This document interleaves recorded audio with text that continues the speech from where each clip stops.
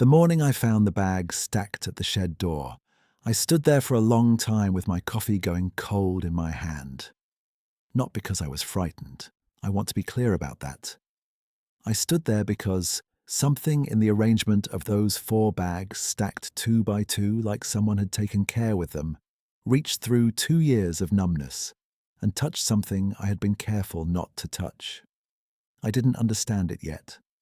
I just stood there in the October cold with Biscuit sitting at my heel, his nose working the air towards the tree line, his tail moving in that slow, easy sweep that meant he was comfortable. And I thought about Della, the way I always eventually thought about Della. And I did not move for a long time. To explain what any of that meant, I need to go back to the week I took the posting. The County Parks Department listed the position in early October, and I saw it on a Tuesday afternoon while I was sitting at the kitchen table eating crackers for supper because the stove felt too large to turn on for one person. Concessions manager, seasonal, Harwick Lake County Recreation Area, mid-October through late November closeout. The job was simple enough. Manage the snack counter and hot beverage station through the last 6 weeks of public season. Lock up the facility at close. Prepare the building for winter. Report to Carl Moody, the park superintendent, by radio each evening at 5. I had managed food service before, 16 years running the kitchen operation at a regional ski resort up near the state line, back when Della and I were both young enough to work long seasons without feeling them afterward. I knew inventory sheets and health inspections and the particular arithmetic of waste tracking. The posting paid less than I had made in years, but I was not taking it for the money.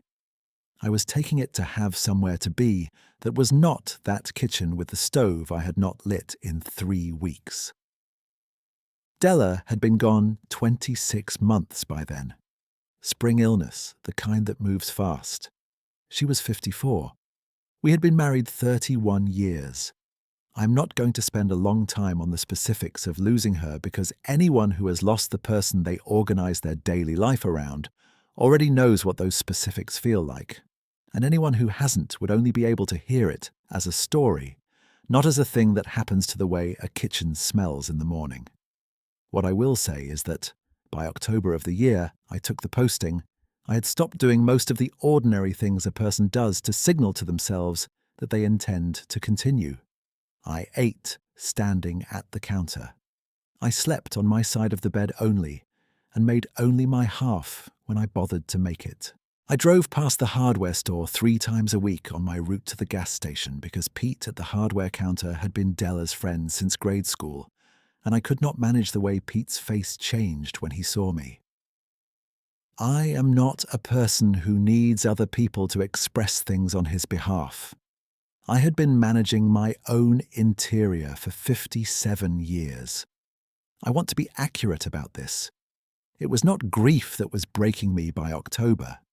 It was the way grief had stopped being a crisis and had settled in like a second tenant, one who did not pay any rent but rearranged the furniture at night so I kept stubbing my toe on things that had been in different places before. My daughter Nora lived 4 hours south. She called on Sundays mostly. The calls were short and kind and careful, in the way a person is careful when they are watching someone they love for signs of tipping and trying not to say so out loud. I had told her I was fine enough times that the phrase had stopped meaning anything, and she had stopped asking directly, and we talked instead about her work and her apartment and occasionally about her mother in the safe way you talk about someone who is gone, mentioning details without opening the room all the way. I loved her. I was not good at receiving what she was trying to give me across 400 miles of phone line. I want to be fair to myself when I say that. I was not being stubborn.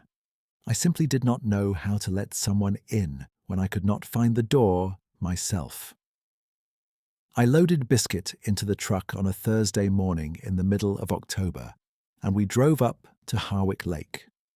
The park was a county facility, modest by any measure, sitting on the west bank of a long, narrow lake surrounded by mixed hardwood and hemlock.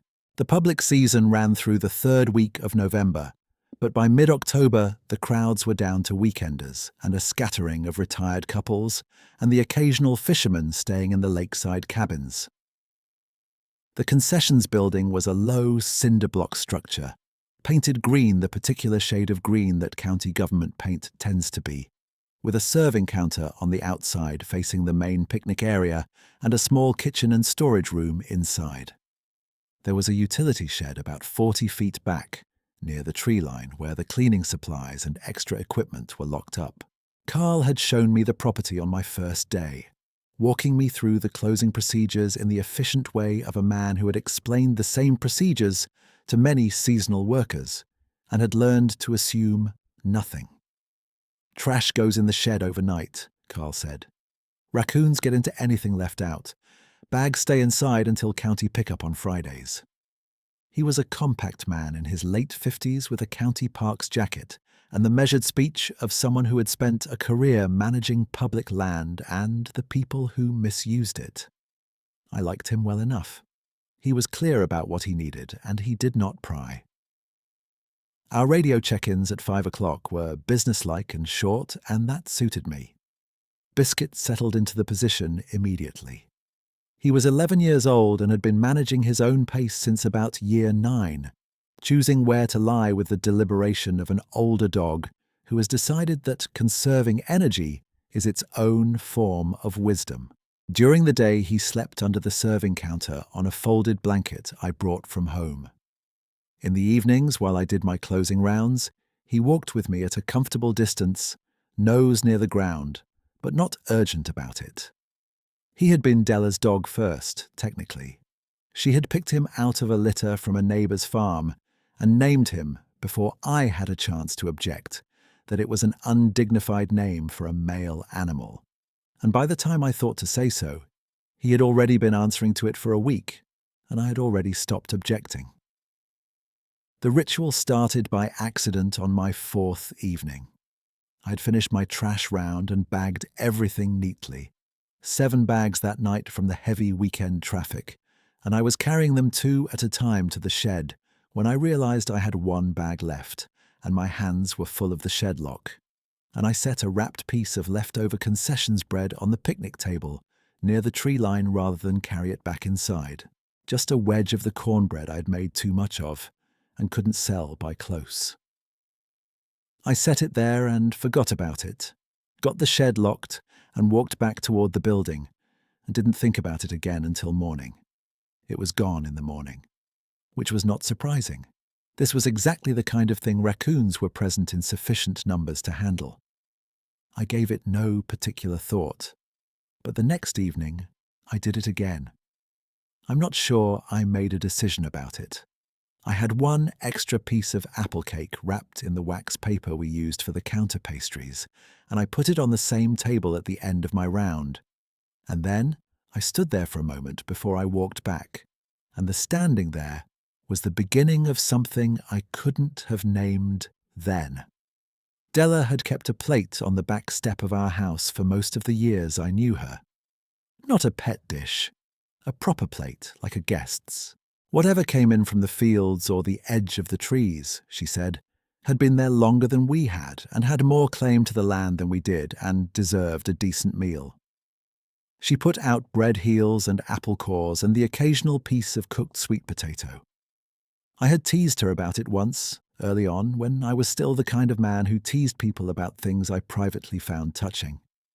She had looked at me with the calm, level look she kept in reserve for moments when I was being foolish, and she said the world was large enough to leave something at the edge of it for whatever was watching. I had not argued with her after that, and when she was gone, I had not kept up the plate, because the back step had stopped being a place I could stand at without the absence of her filling it. I'm telling you this because the cornbread was where it started. Standing at that table in the October dusk, pine trees at my back against the full dark of the tree line, Biscuit sitting beside me with his nose lifted, I had the first sensation I'd had in months of doing something rather than enduring something. It was a small thing. Probably it was foolishness. But I kept doing it every evening, one wrapped piece of whatever was left from the day's baking, placed on the corner of that table closest to the trees. By the end of the first week, Biscuit had started pausing at the tree line on our evening rounds. Not alerting, not barking. Beagles have a bark that will rattle a window from 50 yards, and he was not making any sound. He would simply stop at the edge of the cleared area where the grass gave way to hemlock needles and pine duff, and he would stand there with his nose up, his tail moving slowly, the way he moved it when he was tracking something interesting rather than something alarming. I watched him and told myself he was smelling deer, which was the most reasonable explanation and which I believed without much effort for the first few days. The bags came next. A Thursday morning in the third week of October. I drove up the access road at 7:30 with Biscuit in the passenger seat and my coffee in the cup holder, and I saw them before I fully parked. 4 bags, the ones I had locked in the shed the previous night, stacked 2 by 2 at the shed's doorstep. I sat in the truck for a moment before I got out, trying to understand what I was looking at. The lock was still in place on the shed's hasp, undisturbed, which meant the bags had not come from inside the shed. The shed had 1 door and 1 small high window with a screen, neither broken. The bags were the ones I had taken out to the dump site the night before, except the dump site was around the corner of the building, not visible from the shed, and these bags were here. I walked around and checked the dump site, and drag marks in the leaf litter, faint, the kind a heavy bag makes when it's being carried by something upright. I crouched and looked at the marks for a long time. Raccoons leave a distinctive trail when they get into bags, which involves tearing and scattering, not consolidating. Nothing was torn. Nothing was scattered. The bags were closed and neat, sitting 2 by 2, as if someone had put them there with the intention of making a task easier for whoever arrived in the morning. I called Carl that evening at 5 and described what I'd found, and Carl said it was probably a black bear working a late-season territory, and that I should keep all food secured indoors, which was sensible advice, that also had nothing to do with what I had actually seen, since a bear does not stack bags. I said I would keep it in mind. I did not push the issue. The second anomaly arrived 4 days later. I found the wrapper on the table. The piece of ginger cake I had left the previous evening was gone, which was expected, but the wax paper I had wrapped it in was folded back on the table with its corners pressed down, aligned with the corner of the table's wooden surface, the same way I had folded it when I wrapped the cake in the first place. I stood there with my hands in my jacket pockets and looked at that wrapper for a long time. Wind can move a piece of paper. Wind cannot fold a piece of paper along its original crease lines and press the corners flat against a table. I knew the difference. I had been working outdoors in variable October weather for 3 weeks. I picked it up and held it. The fold was deliberate. There was no other word for it.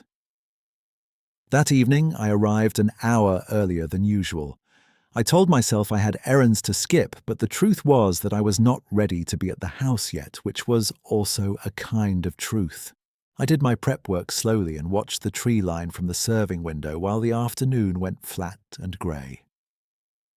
Biscuit had taken up a position near the shed, sitting on the pine duff just inside the tree line, which he had never done during daylight hours before. He looked comfortable. His ears were forward. He was watching something I could not see. I want to be straight with you for a moment, because I've told this story twice in my life before today, once to my brother-in-law over a cup of tea at Thanksgiving, and once to Nora when she finally asked me properly, and both times I noticed myself softening the details slightly, rounding the edges, because I was aware of how the details sound when you lay them out plainly. A folded wrapper, a dog sitting calm at a tree line, a man who has been leaving food on a table every night for 3 weeks in a habit that started to feel, by that point, almost like correspondence. I don't soften it here. You can do with it what you will. I'm telling you what happened. The partial glimpse came on a Tuesday dusk, the last week of October. I had finished my first bag round and was walking back from the dump site when the light between the hemlock trunks changed. That is the best way I have to describe it. Something large and dark occupied a gap between 2 trees at the edge of the cleared area, 30 or 35 yards out, and it was not moving. The light was going fast at that hour, the sun already behind the ridge, everything soft and without shadow. I stopped walking. The thing in the trees did not move. Biscuit was at my left heel, and he did not bark and he did not pull away. He sat down on the path, which was not his habit, and his tail moved once, slowly. I looked at what was between those 2 hemlocks for probably 15 seconds. The shape was large, larger than a bear and differently configured, narrower in the wrong places, wider in others. I am not a person who routinely misidentifies large forest animals. I spent 6 winters in mountain country, and I know what a bear looks like against a tree line in low light. What I was looking at was not a bear. It was also not there long enough for me to be certain of what I was seeing, because the light shifted in the way it does at that hour, and the gap between the hemlocks was dark in the way a gap between hemlocks is dark. And by the time I had processed the shape and taken 1 small step forward, the gap was empty. I stood there for a moment. Biscuit did not bark into the trees. He stood, shook himself once, and walked calmly back toward the building. I measured the gap between those 2 hemlocks the next morning. Approximately 6 feet of visible space between the trunks at chest height. Whatever I had seen in that space had filled most of it. I filed a rational explanation for approximately 1 day. The explanation involved a trick of low light and my own fatigue, and possibly a standing dead snag I had not previously noticed. Then I walked out there and confirmed there was no standing snag in the gap between those trees. And after that, I stopped filing rational explanations and started arriving earlier each morning and staying later each evening. And I was honest enough with myself to admit that I was not afraid. I was paying attention. There is a difference. If you have ever felt like something in the woods near you was paying attention back, you know the quality of that particular alertness. It is not dread, it's closer to the feeling of being watched by someone who means you no harm, and is simply waiting for you to settle down enough to be in the same room with them. I cannot say whether that is what was happening. I can say that is what it felt like, and I had been a methodical, fact-preferring man for 57 years, and I noticed the difference between facts and feelings, and I was not confusing them. The night of the full encounter was a Friday, first week of November. The park had been quiet all day. 2 cars in the lot when I opened and none by 2 in the afternoon. The lake grey and still under a low sky that meant weather before morning. I did my pre-close tasks slowly, refilling the napkin holders even though no one would use them over the weekend, cleaning the coffee station components one at a time, sweeping the mat at the serving counter twice. I was in the habit of thoroughness. Thoroughness had been carrying me through days that would have otherwise required a reason to get out of bed. I did my last trash round at 4:15, approximately 20 minutes after the last visitor car had pulled out of the lot. 6 bags that evening, a light day. I loaded 4 of them onto the small dolly I used to run them to the dump site and headed around the building, Biscuit walking with me at his usual deliberate pace. And Biscuit stopped. Not the alert stop of an animal that has heard something alarming. The other kind. He put his feet down and sat in the path the way he had at the tree line weeks ago, and his tail moved in that slow, low sweep, and his nose went up. I looked up from the dolly. The shed door, 40 feet away across the cleared area, was visible from where I stood. In front of it, stacked 2 by 2, were the 2 bags I had left at the dump site corner for my second trip. They were already there, already moved, already stacked, already waiting at the shed door the way bags wait when someone has done the work of collecting and carrying them. I did not move. I do not know how long I stood there before my eyes went to the tree line directly behind the shed, because I think I already knew, by then, that if I looked, I would see something, and I needed one more second with the world arranged the way it had been before I looked. Then I looked. It was standing at the tree line, close to the shed, close enough that I could see the dark mass of it clearly despite the failing light. Large, enormously large, wide through the shoulders, standing upright against the hemlock at the edge of the tree line with a stillness that was not the stillness of a startled animal, but the stillness of a creature that had decided to be seen. Its arms were at its sides. Its head was turned toward me. I could not make out the precise features of its face in that light, but I could make out that it was a face, that it was oriented toward me, and that the orientation did not carry menace in any register I could read. I stood where I was. Biscuit did not bark. He sat in the path behind me and his tail moved slowly. The creature did not move. I did not move. Somewhere on the lake a loon called once and went quiet.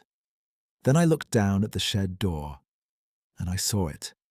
Beside the 2 stacked bags arranged on the door's threshold was a cluster of pine cones. 4 of them settled close together on the concrete step, and among them one smooth river stone, pale grey, the kind the lake delivers to its shallower margins. The arrangement was careful. There is no less deliberate word for it.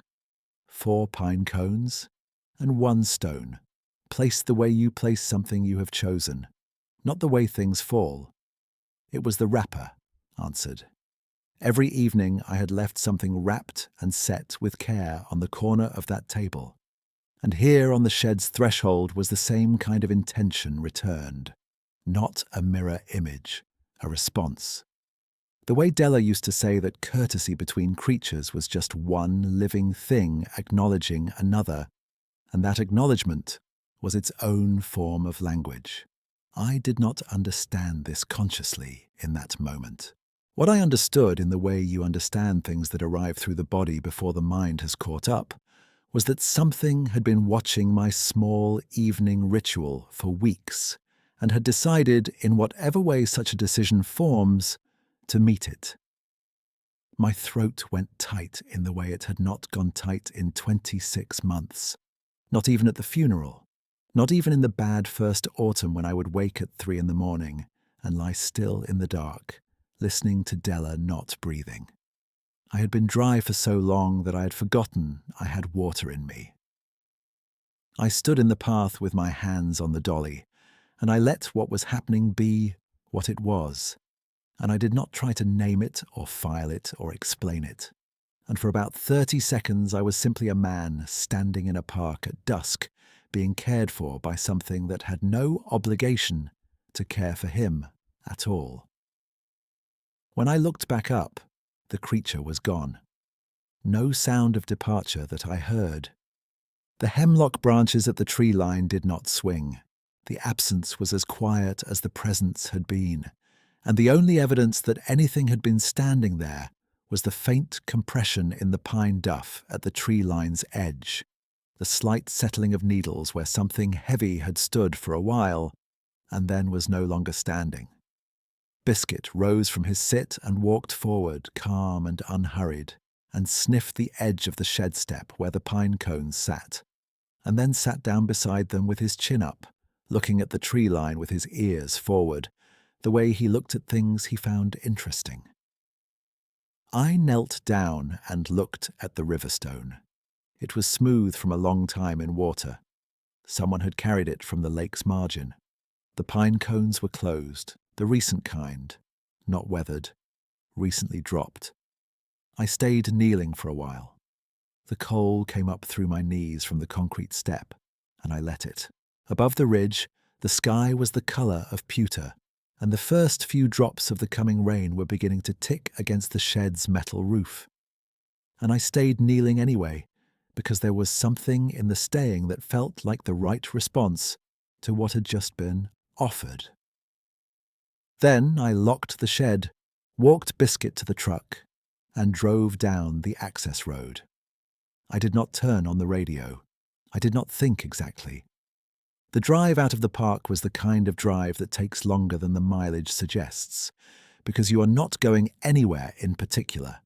You are going away from something that opened something, and you need the road to give you time to let the open thing stay open before you close it back up out of habit. It was Della's backstep plate I kept thinking about, specifically the morning 3 years before she died when I had finally asked her, for the first time seriously, who she thought was eating from it. She had been quiet for a moment. Then she said she had no idea and that she liked it that way. She said she liked the idea of offering something to a need she couldn't see, because most needs you can't see are the ones that are greatest. I called Nora at 7:15 that evening. She answered on the second ring, which told me she had been near her phone, which told me something about how she had been spending her Fridays that I had not known before. Dad. That was all she said, just my name in the form of an announcement that she had picked up. And in the way she said it, I could hear that she was already holding herself carefully, the way she did when she was not sure what kind of call this was going to be. I sat in my kitchen with the overhead light on and Biscuit at my feet, and I said, "I'm doing okay, Nora. I'm not calling because something's wrong." She was quiet for a moment. "Okay." "I had an odd evening," I said. "I wanted to hear your voice." Another pause, longer this time, and in the length of it I could feel her recalibrating, deciding something. "Do you want to tell me about it?" I did not, quite. Not the full version. I was not ready to hand her the specific particulars and watch them arrive in her processing the way a stone skips, touching the surface twice before sinking. I said there had been something at the park, something in the trees, and that it had made me think about her mother. She liked it, I said. The idea that there were things out there that needed looking after. Nora's voice when she answered was the version she used when she was trying not to cry, which was a version I recognized because she got it directly from Della. She really did, she said. We talked for an hour and 20 minutes, the longest call we had managed since the first year. By the end of it, I had agreed to drive down the first weekend in December and help her hang the curtain rods she had been saving for a year because she hated drilling into plaster alone. It was not a resolution. It was a start, which is the better thing. The park ran through its last 3 weeks of public season quietly. The weather turned cold the way it turns cold in that region in November, not gradually but all at once. A shift in the air that means the season has made a decision. I kept doing my evening round. I kept leaving a wrapped piece of something on the table near the tree line. The food was always gone in the morning. The wrapper was always folded. Carl radioed me on the 15th to say the county was advancing the close date by 4 days, due to the weather forecast, which meant my last working day was the 19th instead of the 23rd, which also meant I would finish the 6-week posting on schedule and under budget on supplies, which gave Carl a small, visible satisfaction that I found, honestly, a little touching in a man that's self-contained. On my final working day, I cleaned the concessions building from front to back, wrapped the equipment in the drop cloths Carl had provided, ran the inventory sheet, padlocked the service counter, and handed the master key back to Carl at the lot. He shook my hand. He said I had done good work. I thanked him for the posting. He nodded once, the way men of that type nod when something is settled, and drove away in his county truck. I walked back to the shed one more time before I left. I had already returned its key to Carl, so I stood at the door rather than opening it, and I looked at the step. The river stone was there. I had not moved it. It had sat on that concrete step since the Friday evening I found it, through 3 weeks of rain and 1 hard frost, and I had walked past it every morning and evening and had not touched it. I looked at it now, pale grey and smooth, sitting exactly where it had been placed. Biscuit came and sat beside me, and we stayed there for a moment, the two of us in the cold November air, with the hemlocks standing dark and full behind the shed. I drove home. The house was still too large, but I turned on the stove that evening and cooked a proper meal, eggs and toast and a can of tomatoes. Nothing complicated, and I ate at the table instead of standing at the counter. And when I was done, I washed the pan and set it in the rack to dry. It was a small thing. I am aware that it sounds like a very small thing. But it had been 26 months since I had cooked a meal with the intention of sitting down to it. And the intention mattered. I drove back to Harwick Lake on the last day of November, a Saturday. The park officially closed and the gate padlocked, but the access road ran alongside the park fence, and I could park at the old maintenance turnout and walk the fence line to the back of the property near the shed. I had done it before, in the off-season, in the years Della and I used to walk the lake in the shoulder months when we had the path to ourselves. Biscuit was slower on the walk than he had been 6 weeks before. 11 years is a significant age for a beagle, and the cold stiffened his joints in the mornings. I kept the pace easy. We came around the back of the fence line to the point where I could see the shed, the building closed and winterized, the serving counter shuttered, the whole facility wearing that particular stillness of a public place in its off-season. I looked at the shed door from 30 feet away through the chain-link fence.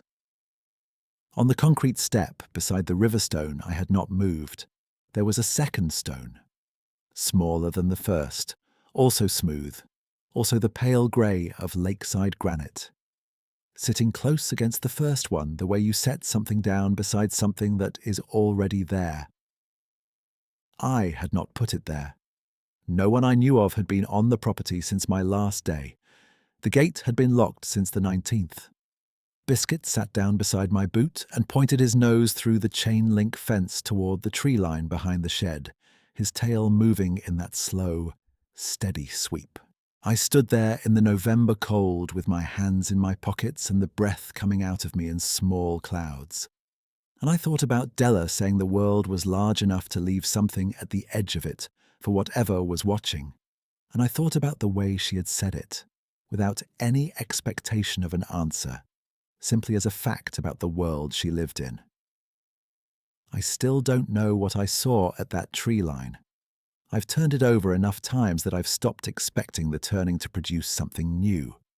What I know is that whatever was in those woods noticed a man going through the motions of a life he hadn't fully consented to continue, noticed the small evening offering he left at a table near the trees, and answered it in the only way available to something that has no language and no obligation and no reason to do anything of the kind. Biscuit leaned against my shin. The second stone sat on the step beside the first, and the hemlock stood dark and still behind the shed, and whatever had left it was somewhere on the other side of all that shadow, going about its own life in its own season, having already said what it came to say.